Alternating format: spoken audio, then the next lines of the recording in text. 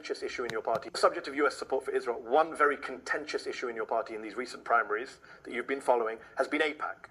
A lot of Democrats who've come on this show have said, you know what, we should stop taking money from AIPAC. We had a congressman from Oregon recently who came on, Congressman Dexter, who said, I used to take money, I'm not going to take it anymore. It's toxic. You've taken a lot of money from AIPAC. Some say more than most other Senate Democrats, according to Open Secret, something like $600,000 from AIPAC, $880,000 from wider pro-Israel groups. Tell our viewers why you take that money and why they shouldn't assume, as many do, that that money affects your votes and your position on Israel. When they're watching at home, they'll say, that's why Mark Warner won't say genocide. The one thing that I have felt through my whole career, governor, senator, is people hire me and then I'm going to do what I think is right.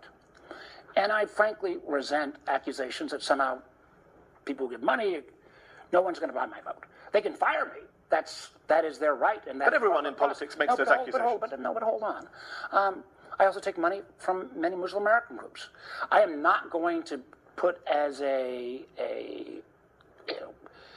some kind of litmus test on who wants to support me, who doesn't want me, unless they are so outrageous. And some will say AIPAC falls into that category. You don't say that.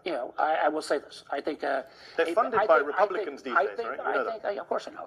I also think that AIPAC has done Israel a disservice by making its support for Israel synonymous with support for the Israeli government. Yes. And I think that's a mistake.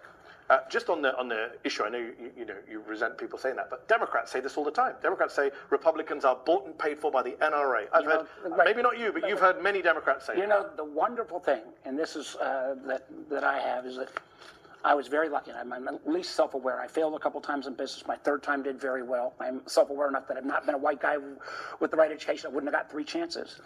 But the freedom, and the prerequisite saying that somehow you need to do well to be able to be. But I've had many times where I've said to people who have tried to even insinuate, you support this, I'll support that.